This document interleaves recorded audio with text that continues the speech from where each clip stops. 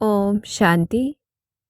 आज 11 अक्टूबर 2023 की मुरली में बाबा ने पढ़ाई के ऊपर ध्यान खिंचवाते हुए धारणाओं की ओर ले जाते हमें पक्का कराया है कि जैसा वो शिव पिता है ऐसा ही हमें बनना है। तो इक्वेशंस के द्वारा हम आज की मुरली को समझेंगे। पहला है जो ज्ञान का पॉइंट है कि हम आत्मा निर्लेप नहीं है, क्योंकि जैसे ही हम आत्मा पतित बनती है तो शरीर भी पतित बन जाता और दोनों पतित बन जाते। अब ये बात हमें पता तो है, पर क्या हम स्वयं के ऊपर चढ़े हुए लेप को उतारने की कोशिश करते हैं? जो हम पतित बन गए उसे पावन बनाने की कोशिश करते हैं। तो किस प्रकार से वो कोशिश करनी है? पहला है पढ़ाई पर ध्यान देना है, पूरा ध्यान। ऐसी पढ़ाई जो मुफ्त है, जिसमें कोई फीस नहीं है, जो बहुत सस्ती भी है तो बहुत सहज भी है, जिससे हम मास्टर ज्ञान सागर बन जाते हैं। या ये कहें, जितना पुरुषार्थ करते उस आधार पर बड़ी नदी या छोटी नदी बनते। और यही पढ़ाई ऐसी है जिसके ऊपर पद का आधार है। ऐसी पढ़ाई जिससे हमारी कमाई होती है, और चाहे गरीब है या चाहे साहूकार है, दोनों बाप से वर्षा लेने के हकदार हैं। अगर इस समय गरीब अच्छा पढ़े तो साहूकार से भी ऊंच पद हो जाता है, भविष्य के लिए, सत्युगी दुनिया के लिए। तो विशेष अटेंशन देना है पढ़ाई के ऊपर। और जो बाबा ने दूसरा पॉइंट में हमें पक्का कराया कि बाप का बन गए हैं तो अब श्रीमत पर चलना है। वो श्रीमत जो भगवान देते हैं, जो हमें श्रेष्ठ से श्रेष्ठ देवी देवता बनाती है। और चेक करना है कि माया के वश होकर अगर उल्टी मत हम चलाते हैं तो बाबा क्या कहते? बेचारा है पर वश है, अर्थात यथार्थ निश्चय नहीं है, इसलिए श्रीमत पर नहीं चलते।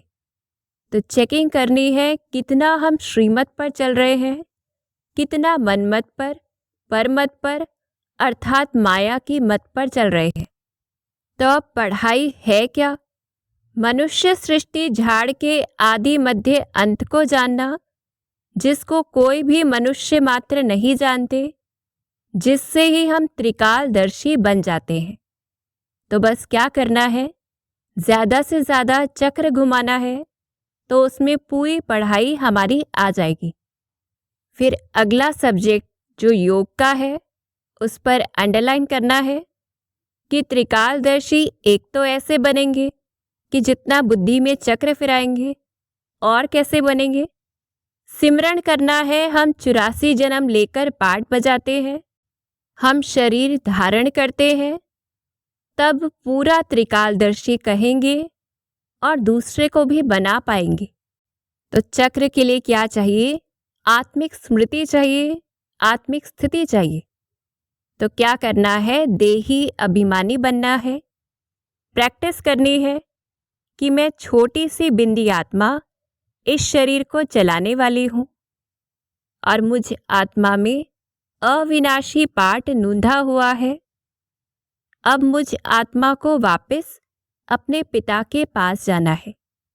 तो कर्म करते जितनी ये प्रैक्टिस करेंगे, देही अभिमानी स्थिति बन जाएगी। अब क्यों बनानी है हमें ऐसी स्थिति?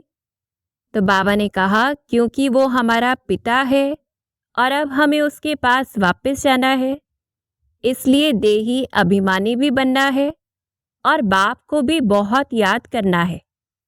तो कैसे करना है बाबा को याद? वो भी बाबा बताते। मुख से कुछ बोलना नहीं है, अंदर में समझना है। चलते फिरते उठते बैठते याद करना है। तो क्या होगा ऐसी याद से? हमारे विकर्म विनाश हो जाएंगे, हमें बहुत सुख मिलेगा। हम आत्माएं पतित से पावन बन जाएंगी और हम आत्माओं के अंदर जौहर अर्थात शक्ति आ जाएगी। हम स्वर्ग के मालिक बन जाएंगे अंतमति सो गति हो जाएगी। तो जितनी अभी प्रैक्टिस होगी अंत में भी शिव बाबा याद आएगा। किस प्रकार से याद करना है उसे? तो वो निराकार है, छोटी सी बिंदी है, बड़े ते बड़ा है, जो बेहद का बाप है, पितरों का भी माता पिता है, वो पति भी है तो परम शिक्षक भी है, सब कुछ है। तो ऐसे सर्व संबंधों के रूप से याद करें। फिर वो कैसा है ऐसे हम याद करें कि कितना मीठा है, कितना प्यारा है। शिव भोला है, भक्तों का भी भगवान है, जिसमें कभी खाद नहीं पड़ती, जो हमें कल्प कल्प वर्षा देता है। फिर जो वो कर्तव्य करता है उस आधार पर हम याद करें। वो स्वर्ग का रचयिता है, जो सभी को फल देता है। ऐसा ज्ञान का सागर, मनुष्य सृष्टि का बीज रूप, जो गरीब निवास है, इंश्योरेंस मैग्नेट है। और इस समय हम शिव शक्तियों के सम्मुख है। ऐसा बाप जो हमें भी अपने समान बनाता है। तो ऐसे निरंतर याद रखते हमें स्थायी नशा रहे, पक्का करना है। फिर धारणाओं के ऊपर भी अंडरलाइन करना है कि अगर हमारे अंदर ज्ञान है, हमने समझ लिया है, बाबा को याद करते हैं, तो ज्ञानी तो आत्मा का पहला लक्षण क्या है कि सभी पॉइंट्स धारण करके बहुत मीठा बनना, सभी के साथ अति मीठा व्यवहार और बाप समान मीठा प्यारा भोला बनना। तो जैसा वो है वैसा बनना है, यही धारणा मूर्त बनना है। और अगर देहे अभिमान आता है, अर्थात किसी से दुश्मनी होती है, किसी से दोस्ती या किसी से हम सर्विस लेते रहते हैं, तो ये बिल्कुल रॉन्ग है और फिर ज्ञानी तो आत्मा नहीं कहेंगे। और अगर हम उलट व्यवहार करते, अशांति फैलाते हैं, तो अपना पद भ्रष्ट करते हैं। अंडरलाइन करना है, चेक करना है, कहीं हम ऐसा तो नहीं करते। और कैसे धारणा मूर्त बनना है? बेहद के ड्रामा के हर सीन को निश्चित जान, सदा निश्चिंत रहकर। फिर सेवा भी कर पाएंगे। तो कैसे करनी है ये सेवा? मैंपन का बोझ खत्म कर कर, सब जिम्मेवारियों के बोझ बाप को देकर, बाप के साथ कंबाइंड होकर, याद के नशे में रहकर, अर्थात योग युक्त होकर करावन हार करा रहा है। जब इस स्मृति में रहेंगे तो निष्फुरने अर्थात हल्के रहेंगे और उसी से खुद भी और सेवा भी ऊपर की ओर बढ़ती जाएगी। हम उन्नति को पाएंगे, सफलता संपन्न बन जाएंगे। तो अंडरलाइन करना है, जितना उसके साथ कंबाइंड रहेंगे तो सेवा ऑटोमेटिक होगी, क्योंकि जहाँ बाप है तो सेवा स्वतः हुई पड़ी है। तो इस बात को पक्का करना है। तो और सेवा हम कैसे कर सकते हैं?